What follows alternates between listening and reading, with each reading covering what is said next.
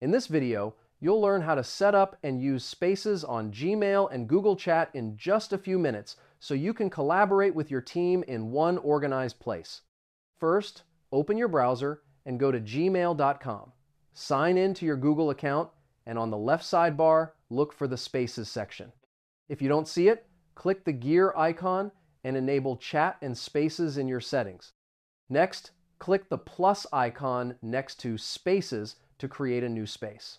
Give it a name, add an optional description, and choose an emoji to make it easy to recognize among your other spaces and chats. Now, invite your team members. Type their names or email addresses to add them to the space. You can include people from your organization or external collaborators depending on your Google Workspace settings. After that, start using your space. Send messages, share files, assign tasks, and create threaded conversations to keep discussions organized. You can also pin important messages and use mentions to grab someone's attention quickly.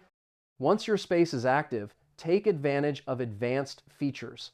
Schedule meetings directly from the space, integrate with Google Drive, and use bots or apps to automate tasks and boost your team's productivity.